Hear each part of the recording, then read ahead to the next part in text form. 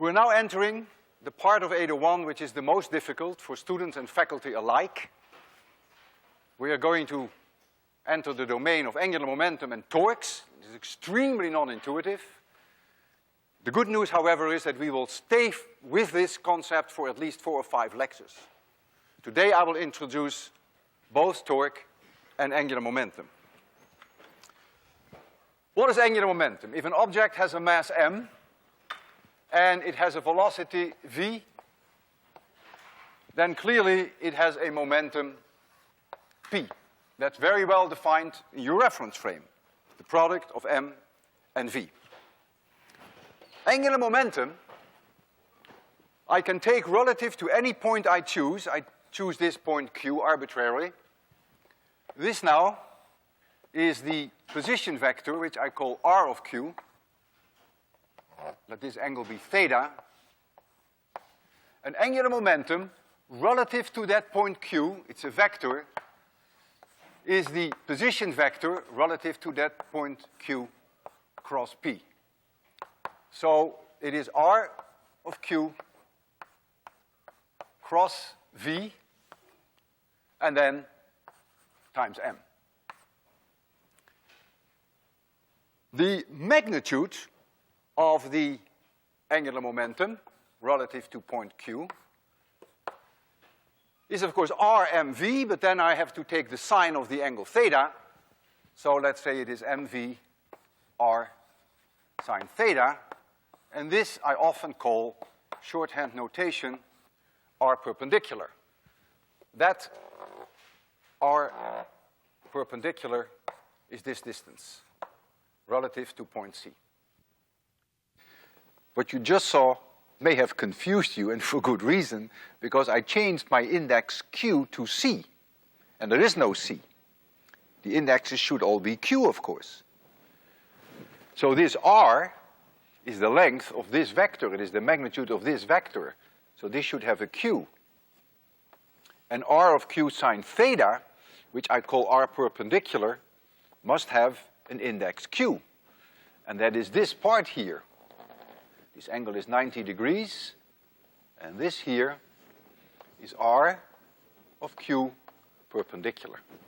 No c's at all, only q's. I'm sorry for that. The direction of the angular momentum is easy. You know how to do a cross product. So in this case, r cross v would be perpendicular to the blackboard. And the magnitude is also easy to calculate. Now comes the difficult problem with angular momentum. If I chose any point on this line, say point C, then the angular momentum relative to point C is 0. Very obvious, because the position vector, r, and the velocity vector, in this case, are in the same direction. So theta is 0, so the sine of theta is 0. So you immediately see that angular momentum is not an intrinsic property of a moving object, unlike momentum, which is an intrinsic property. If you sit there in 26/100, you see an object moving with a certain velocity, it has a certain mass, you know its momentum. What the angular momentum is depends on the point that you choose, on your point of origin. If you had chosen this point D, then the angular momentum would even be this way. Because when you put here the position vector in, then you see r cross v is now coming out of the blackboard. And this is why angular momentum is such a difficult concept. But we will massage it in a way that it will be very useful. Suppose I throw up an object, 26/100, and at time t equals 0, the object is here, and at time t, the object is there. So this then is the position vector at time t. The object starts off with a certain velocity, v, and a little later here, say, the velocity is like so. And there is, of course, a force on it, mg, which makes this curve. What is the angular momentum relative to point C at time 0? The angular momentum is clearly 0, because the point itself, the mass itself, is at point C. So the position vector has no length. So it's clear that it's 0. What is the angular momentum at time t when the object is here? Well, that angular momentum is clearly not 0, because you see here position vector and you see the velocity. So clearly the angular momentum was changing. Now you will say, of course it was changing. Big deal, because angular momentum has a velocity vector in it. And here the velocity vector is changing all the time. So obviously you would say the angular momentum is changing. Well, yes, that is not a bad argument, but I will now show you a case where the velocity is changing all the time, but where angular momentum is not changing. I choose the Earth going around the Sun. Here's the Earth with mass m. At point C here is the Sun. This is the position vector r of C. And the Earth has a certain tangential velocity. And the speed never changes, but the velocity does change. So this is the position vector at a later point in time.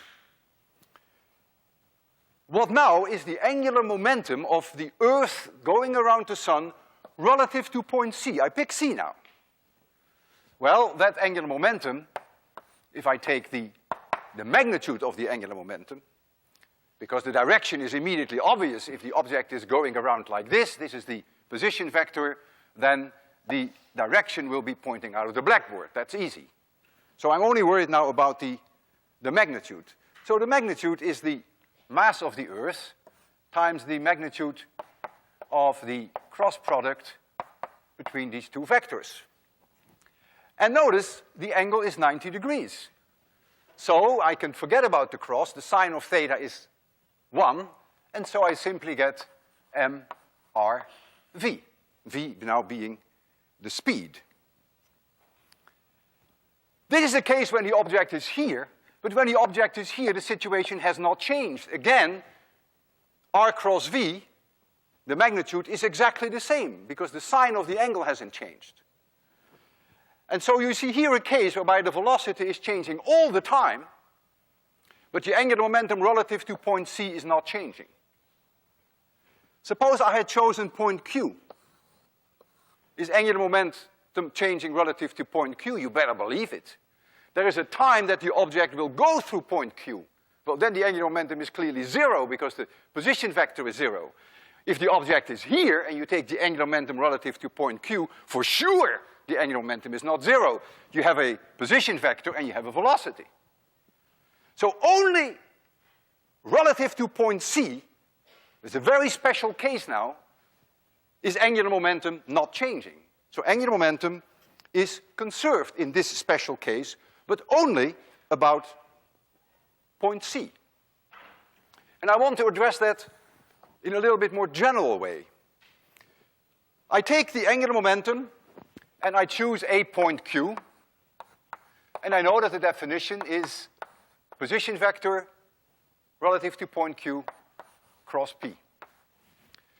I take the derivative, time derivative, dl dt, relative to that point Q. It's always important that you state which point you have chosen relative to which you take the angular momentum. That is going to be dr dt,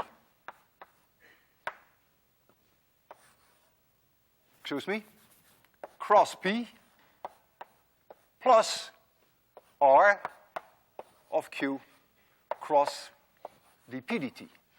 This is the way that you take the time derivative of a cross product. We calculate the angular momentum relative to point Q. So the index has to be Q throughout the equation. The position vector is relative to point Q. And in this equation, you see the correct index Q here, you see the correct index Q here, but I slipped up here and I put a C there. There is no C in this problem, so this is also R of Q. Sorry for that. This here is the velocity of the object, the velocity vector, which is always in the same direction as P. So this is 0. dp dt, that is the force on the object. We've seen that before in 801. And so now we have that dl dt relative to a point q equals the position vector r from that point cross f. And this now is what we call torque. And we write for that the symbol tau. It is a vector. And I put in that q again. And this is one of the most important equations that will stay with us for at least 5 lectures. What this is telling you is that if there is a torque on an object, the angular momentum must be changing in time. If there is no torque on the object, angular momentum will be conserved. And now you get some insight into this situation that we just discussed. The force, the attractive force, gravitational force exerted on the Earth is in this direction. The position vector is in this direction. So r cross f is 0. There is no torque relative to this point C, because the angle between the two vectors is 180 degrees, and so the sine of the angle is 0. Therefore, no matter where you are on the circle, always r cross f will be 0. There is no torque relative to point C. But if you take point Q, or you take here some point A, clearly there is going to be a torque, a changing torque even. And so there you will have a change of angular momentum. So there's something very special about that point C. And I will come back to that, of course. Now, I want to expand the idea of angular momentum from one point object that moves in space to an object like a sphere or like a disk, which is rotating about its center of mass. And I will start with a disk. Here we have a disk. The disk has mass m, and the disk has radius r, and at this point C is the center of mass of this disk. It's rotating with angular velocity omega, and I want to know what the angular momentum is of this rotating disk. The direction of the angular momentum is going to be trivial. If it's rotating like this, if you take here a little mass element, mass m of I, this is the position vector r of I relative to that point C, and here you have the velocity v of I, then you see immediately that r cross v is coming out of the blackboard. So that's easy. Angular momentum will be in this direction. But what is the magnitude of the disk as a whole? Well, let's first calculate what the angular momentum is of this little mass element about this point. So L of C for mass element I equals, oh, let's just only worry about magnitudes because already we know the direction. So that is m of I, and then the cross product between r of I and v of I, but this angle is 90 degrees, so I can forget about the sine of theta, so I simply get r of I, v of I. R of I relative to that point C times v of I. This is the magnitude. Now I hate to see a v of I in a rotating disk because the velocity will depend on how far you are away from the center. The velocity here is 0. However, they all have omega in common. Every single element that you choose has the same omega, so I'm always going to replace, in a case like this, v by omega r. And so this then becomes m of I, r of I of C. I get a square here, and I get omega. So I wrote down v equals omega r, which of course holds in general. It would have been better perhaps if I had written down v of I equals omega times r of I. Because each element little I, which has a position vector r of I, has a velocity which is given by v of I equals omega r of I. But I condensed that sort of in one equation, v equals omega r. But this is the connection that will make it perhaps easier for you to understand what follows. So that is the angular momentum for this little mass element. But now I want to know what the entire angular momentum is about that point C. There's an axis going through the center of mass, through the center of the disk, perpendicular to the blackboard. And now, of course, I have to do the summation of all these elements I. I can bring the omega outside, and I would have then the summation of m of I, r of I, relative to that point C squared. And you see immediately, I hope that you see immediately, that this is the moment of inertia for a spin around the center of mass through that point C. And so I can write for this I of C times omega.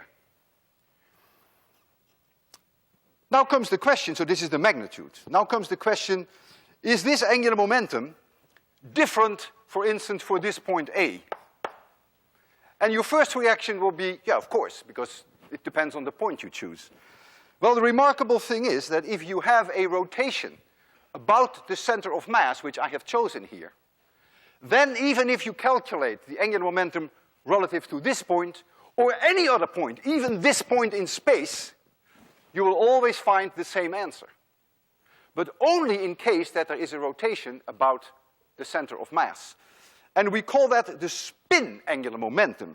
The spin angular momentum is an intrinsic property of an object, regardless of which point you choose relative to which you calculate the angular momentum. So in the case that an object is spinning about its center of mass, you no longer have to specify the point that you have chosen, your point of origin. You can really talk now about the angular momentum. The Earth is spinning about its center of mass. So the Earth has an intrinsic spin angular momentum. In addition, it has an orbital angular momentum. If you want to talk about the orbital angular momentum of the Earth, however, you better do it relative to that point. Otherwise, it would be changing in time. It's only uniquely defined if you take this special point. Because only about that point, which is the location of the sun, is the angular momentum, the orbital angular momentum of the Earth not changing. I'm going to do a daredevil experiment with you, and that is called Iceskaters Delight. You will see that it is not a delight at all, but in any case, it is definitely a fun experiment. I have here a turntable, very little friction, and I'm going to rotate the turntable about the center, and I'm going to stand on that turntable, and I will hold in my hand two weights, these two. They're each about 1.8 kilograms. So these weights M, 1.8 kilograms. My entire mass, including the turntable and my body, let's say, is about 75 kilograms. And I'm going to ask someone to give me a little twist to rotate me about this axis of symmetry. Rotate me, say, if you look from below, let's say I'm being rotated clockwise. So we have here a situation of a rotation about the center of mass, so we can talk about the intrinsic angular momentum of this rotating system. And the angular momentum vector will obviously be pointing upwards. That's clear. If you rotate clockwise from below, remember here you were rotating counterclockwise, it was coming out of the blackboard. Here you rotate clockwise, it will be going up. So far, so good. There is a force on me due to gravity, mg, no concern. There is an equally strong force, normal force up, and the two cancel each other out. Once I have been given a certain rotation, a certain angular velocity, I'm going to pull my arms in and pull my arms out and pull my arms in. And when I do that, that does not cause a net torque on this system. I can keep doing that all the time, and there is no net torque. And so angular momentum, as we have specified for a spinning object, must be conserved, cannot change. L equals I omega. But as I pull my arms in, my moment of inertia will go down. And when my moment of inertia goes down, then if this product has to remain constant, my angular velocity must go up, and vice versa. So when I pull my arms in, I will go faster, and when I do this, I will go slower. And I want to be a little bit quantitative with you. I simplify my own body by a geometric object for which I can calculate the moment of inertia, which is a cylinder. I may not look like a cylinder, but it's close enough for all practical purposes. And this cylinder has a radius of about 20 centimeters. Not too bad. Sort of fits me. And I'm going to rotate this cylinder around this axis, and I can calculate now what the moment of inertia is. This cylinder has a mass of 75 kilograms, has a radius of 20 centimeters, and so the moment of inertia in the situation that, for instance, I have these two objects next to my body here, or I have them like here, so this is my shorthand notation, equals simple 1/2 mr squared. Remember, that was the moment of inertia, we discussed that last time, of a rotating disk which rotates about the line of symmetry. And so if I put in the numbers here, the 75 kilograms, and I take a radius of 20 centimeters, then I found that this is about 1.5 in our MKS units. But now, I'm going to put my arms like this. And now the moment of inertia will go up. And I'll make a very crude calculation how much it goes up. My arm length is about 90 centimeters. The weights here are 1.8 kilogram. So I just assume that my arms have no weight, for simplicity, that all the weight is in these two objects. It's a simplification, but you'll see there's a dramatic change, and that's all I want you to see. So now the moment of inertia, when my arms are like this, of course, is my body, which is the 1.5, that is still there, but now there is an additional component, one from this mass, which is mr squared, and one from this mass, which is mr squared, where this is now that radius r. And so I get twice that mass, and then I have to take r squared, which is 0.9 squared, and I have to take the 1.8, because that's the moment of inertia of this object about this point. That is mr squared. I assume that my arm has no mass. And when you add this up, you'll find 4.5 in MKS units, kilograms, meters squared. And now you see, if I go from this situation to this, my moment of inertia goes down by a factor of 3. And if my moment of inertia goes down by a factor of 3, my angular velocity must go up by a factor of 3, and vice versa. I want to do this experiment, but this experiment is not without danger.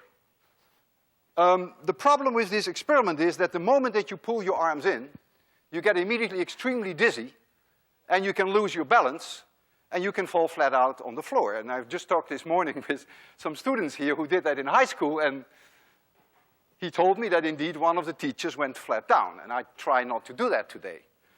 So I need really assistance from someone whom I can trust. You think I can trust you?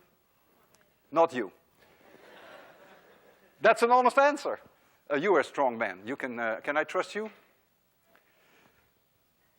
The first thing I want you to do is to help me get on here, because even getting on here is not easy. If I just step on here, I will probably fall. Okay, so stand there, put your arm around my neck, support me strongly. Yeah? Okay. All right, there we go. Now stay with me for a while. Okay, just stay there. All right.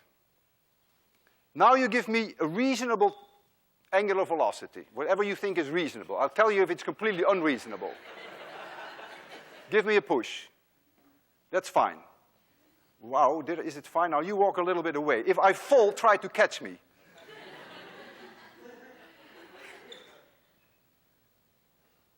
Okay, my arms go in now. My arms go out. My arms go in. My arms go out. Okay, now I'm completely dizzy now. This is no joke. So stop me. Yeah? Just hold it. No, just hold me, hold me. Okay, give my hand. Okay. Okay, you passed the course.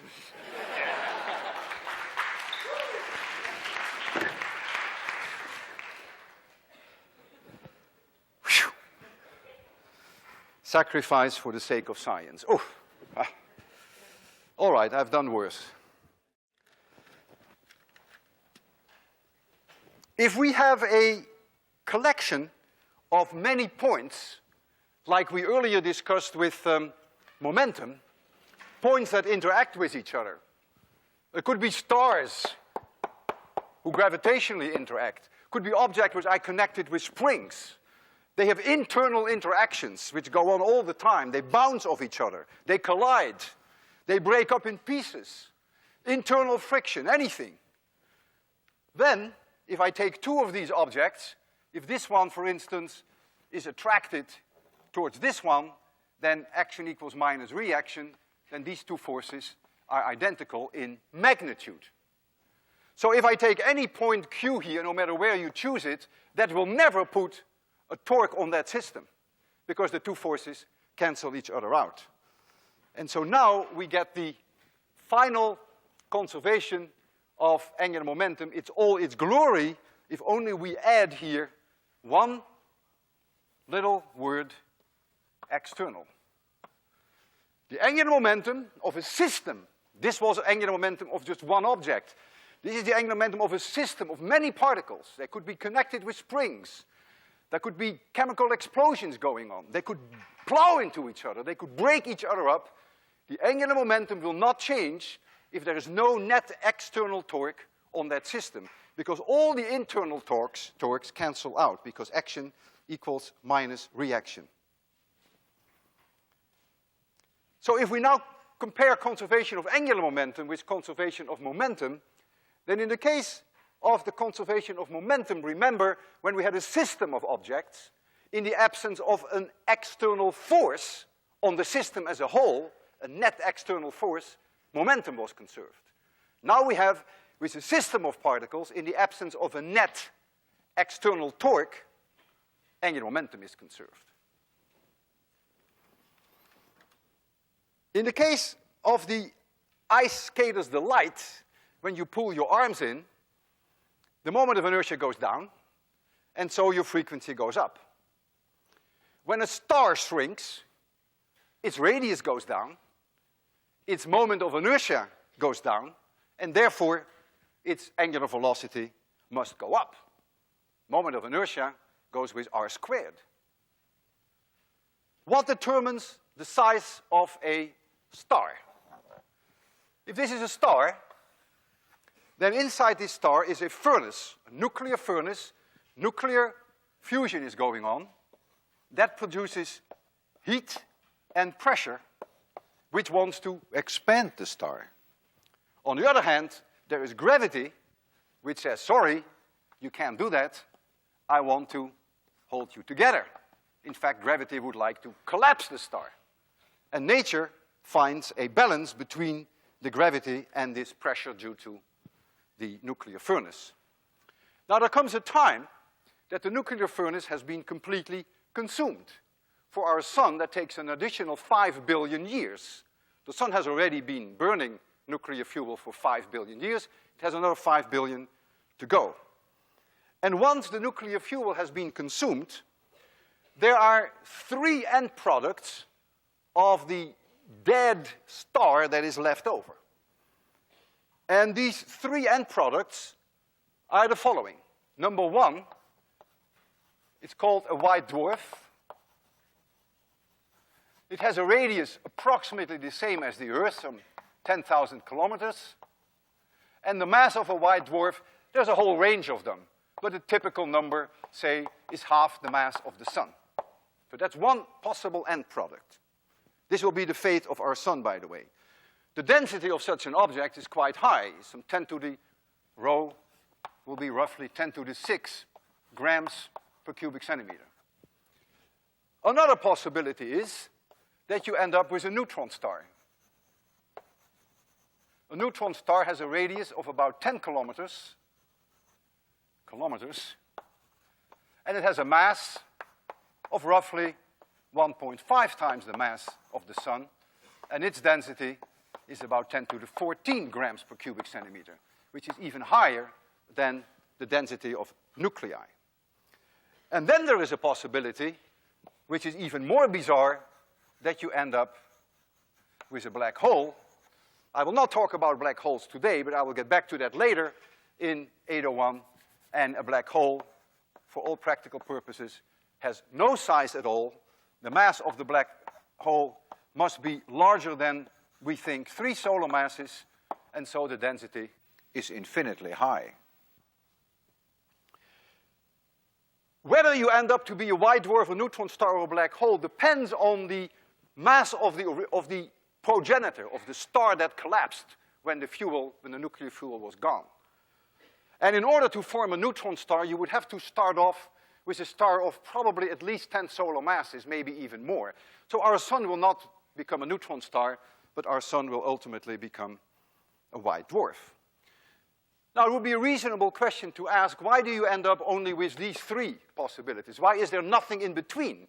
Look, there is a huge difference from 10,000 kilometers to 10 kilometers. Is there nothing in between? And the answer to that lies in quantum mechanics, which is not part of this course, but you will see that in 805, why there are only these 2. And then if you get into general relativity, then you will understand why there is then this 3rd, very bizarre possibility. When a star collapses, 2 things happen. First of all, there is a huge amount of gravitational potential energy that is released in the form of kinetic energy. The stuff falls in, we call it gravitational collapse, and that gravitational potential energy converts to kinetic energy, and that ultimately converts to heat and to radiation. If I take an object here, a piece of chalk, and I drop that you can call gravitational collapse. Gravitational potential energy is converted to kinetic energy, and ultimately it goes to heat. Here we're talking about a star which is imploding, collapsing, and the amounts of gravitational potential energy that become available are enormous.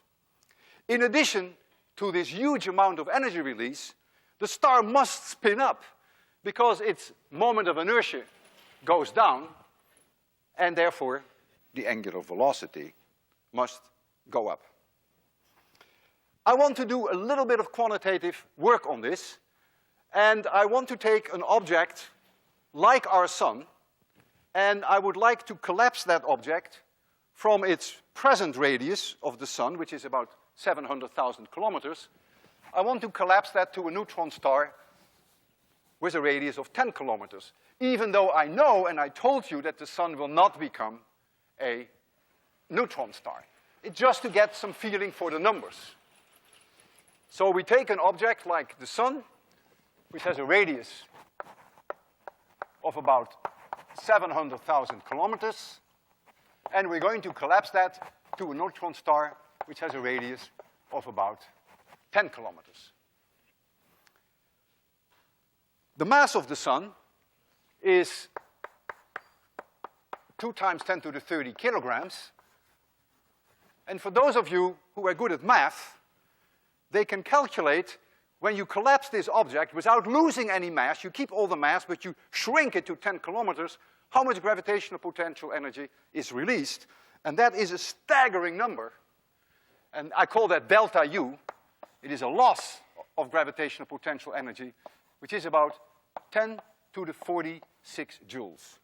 And this number is truly mind-boggling. This is converted to kinetic energy, and then it is converted to heat and all forms of radiation. To give you a feeling for how absurdly large this number is, if you take the sun and you take all the energy that the sun produces in its 10 billion years that it will live, the total energy output of the sun is 100 times less than this number, and this comes out in a matter of seconds. So it is a mind-boggling idea that the sun is producing in 10 billion years, the lifetime of the sun, it is producing less energy than what happens during a stellar collapse to a neutron star. 100 times less.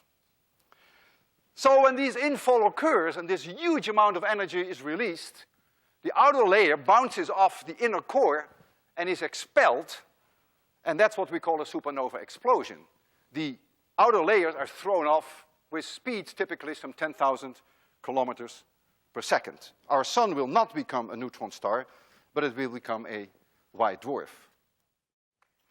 We talked about the Crab Nebula last time, and the Crab Nebula is a remnant of a supernova explosion which occurred, believe it or not, on the 4th of July in the year 1054, talking about fireworks.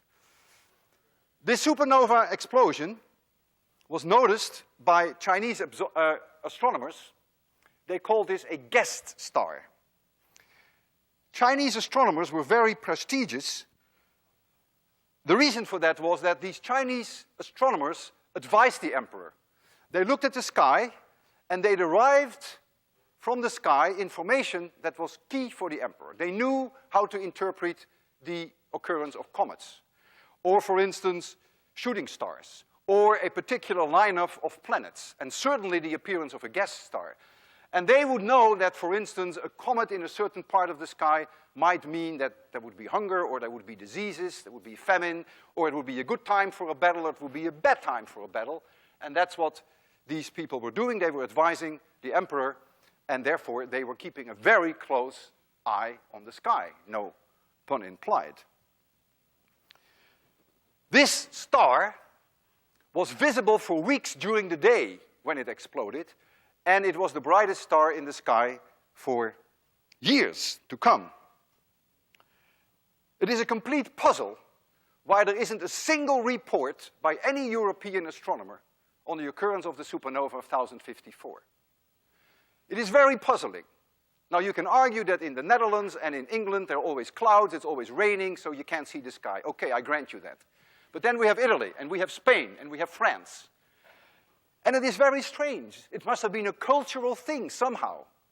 In the 11th century, somehow, Europe was not interested in looking at the sky. This is something they could not have missed.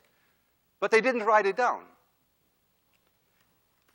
I now want to pursue the spin-up of this star when it collapses from 700,000 kilometers to 10 kilometers. If we round the numbers off a little bit, then the reduction in radius is about 100,000.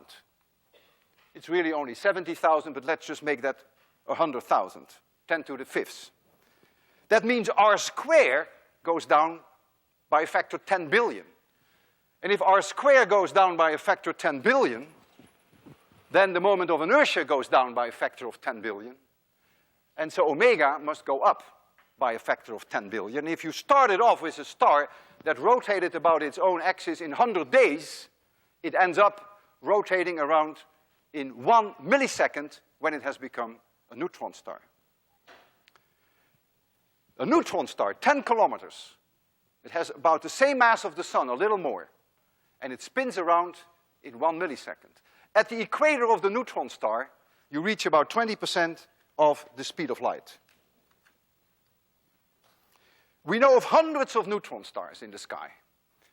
2 of them have, in fact, rotational periods of 1.5 milliseconds. Many of them much slower, and we discussed last time why that is.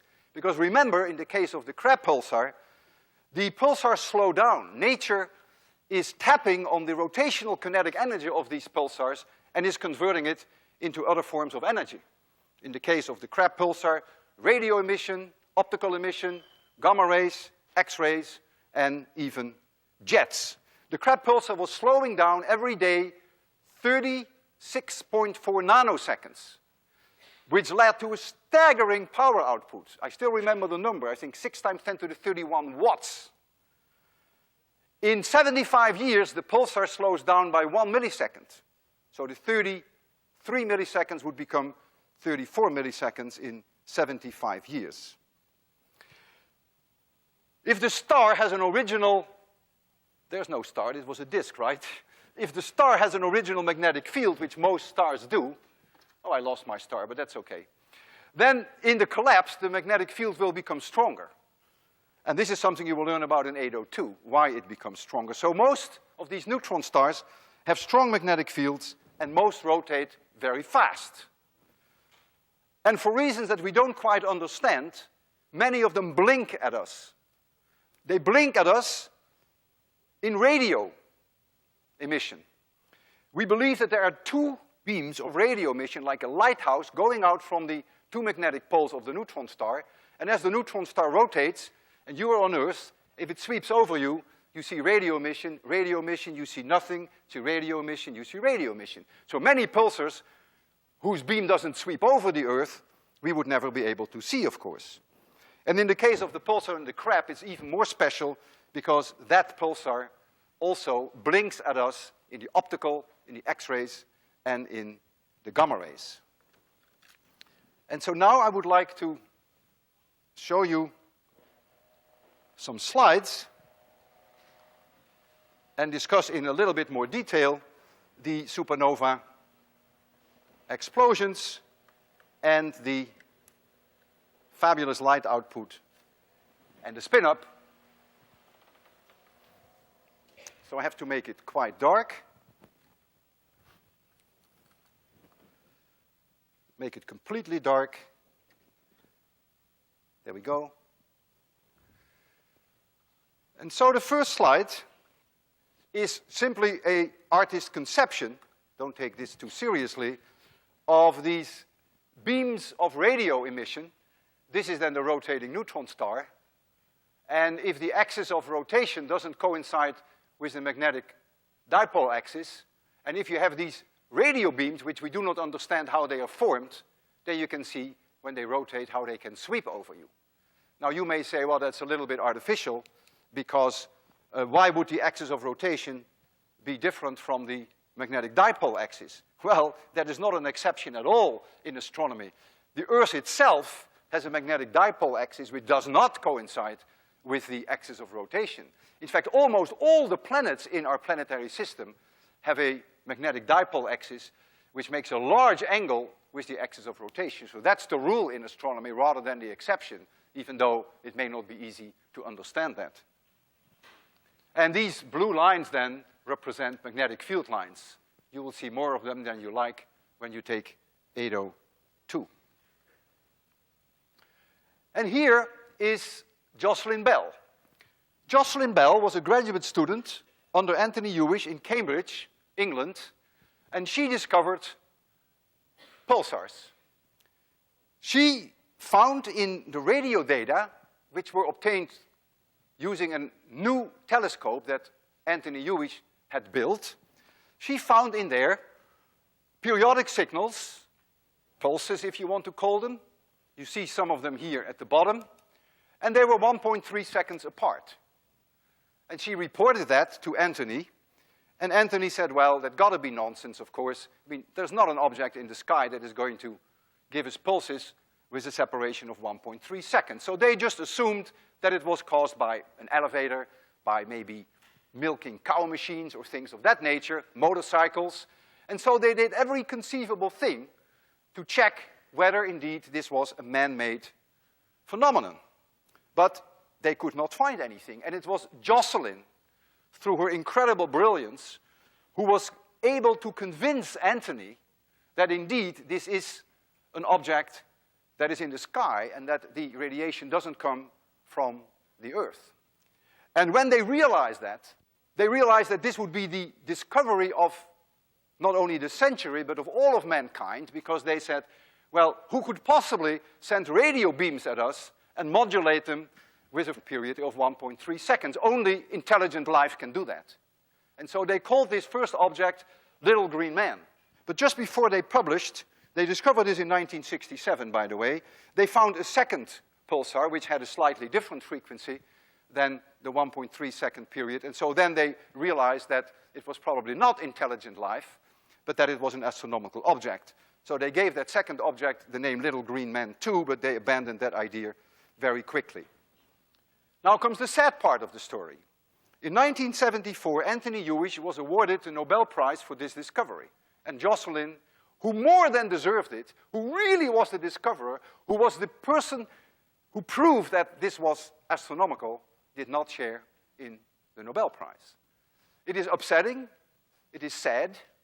I have discussed it with Jocelyn several times. I know her quite well. And she takes it actually very lightly. Too lightly, I think. Still people feel unhappy about it. And still, after so many years, the Nobel Prize was awarded in 1974.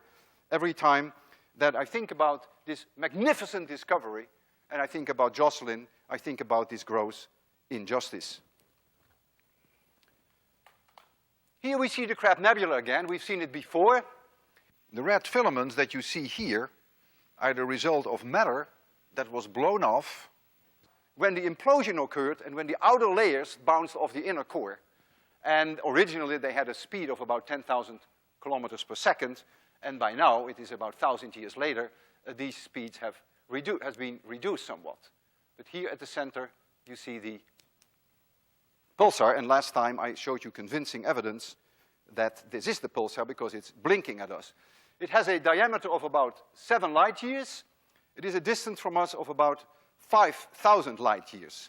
In terms of angular size in the sky, it's about 5 arc-minutes in size, which is about 1/6 of the angular diameter of the moon.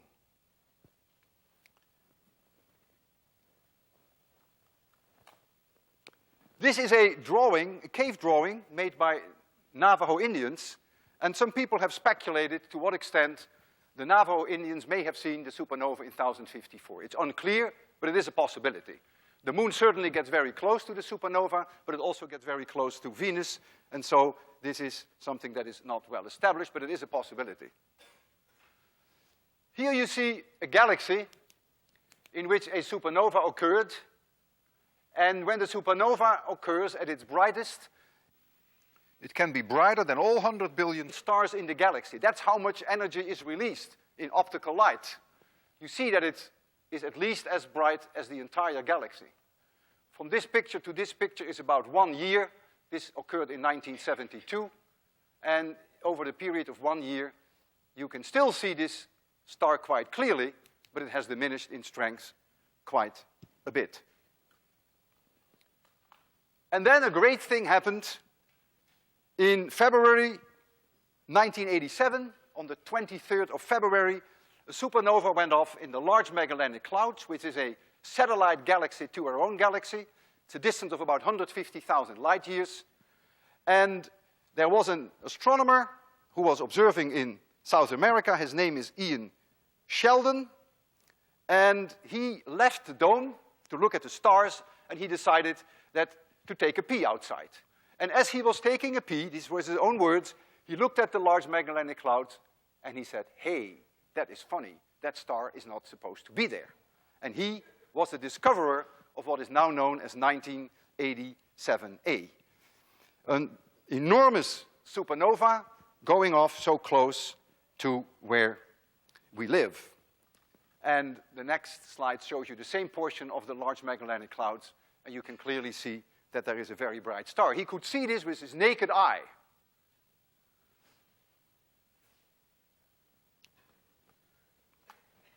This is a picture made by the Hubble Space Telescope of supernova 1987A. The inner ring that you see is the result of matter that was thrown off by the star before it went into supernova explosion. Some 25,000 years earlier, it expelled gas in its equator. This is really a circle, although it looks like an ellipse because of the projection effect. And this ring of matter moved out with a speed of about 8 kilometers per second. And it has a radius of about 8 light months. And so 8 months after the supernova explosion, the ultraviolet light and the X-rays from the supernova caught up with this ring of matter, and they excited it, and it became visible. Before the supernova explosion, this ring was not visible.